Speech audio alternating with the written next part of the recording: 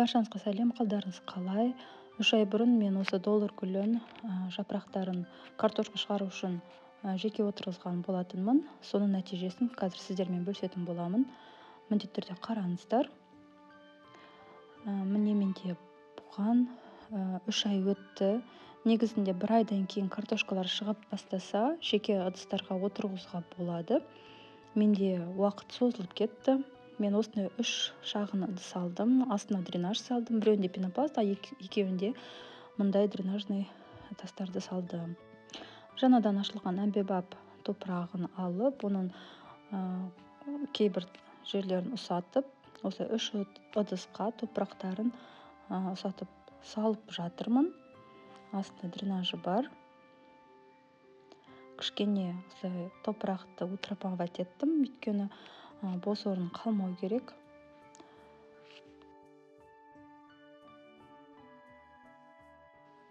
Негізінде 1 айдан кейін мен тамырын шыққан-шықпағанын тексерген, бірақ менде уақыт болмады видео түсіруге. Енді міне соған уақыт қолым тиіп, уақыт тауып 3 ыдысқа салып жатырмын. Енді бұның әрі қарай қалай дамып өскендерін сіздермен бөлісіп отыратын боламын. Ешқандай тыңайтқыш, корневин, тағы да древесная зола дейді, ондайды мен ештеңені қолданған жоқпын.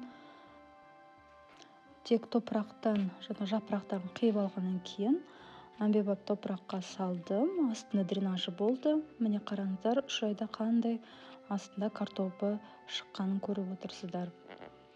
Қарапайым крандағы суды қолдандым. Сонымен анам күнделікті емес, енді мүмкіндігінше қажет уақытында суғарып отырды. Келесі кезекте бұл гүлдердің жаңа жапырақша шығарып өскендерін сіздермен бөлісетін боламын. Енді оған әлі уақыт алда. Уақыт көрсетеді, қалай олардың өсіп шығу. Осы өскен уақытында да біз ешқандай тыңайтқыш қолданбадық. Тек краннан суы.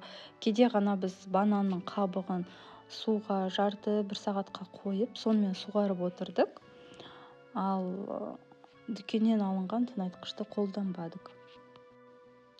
Бұрын-соңды мен бұл гүлді өсіріп, баптап көрген емеспін. Бұл менде бірінші рет тәжірибем болып отыр. Негізі енемнің гүлі кең жерде өссін деп ауылға апарып қойғанбыз.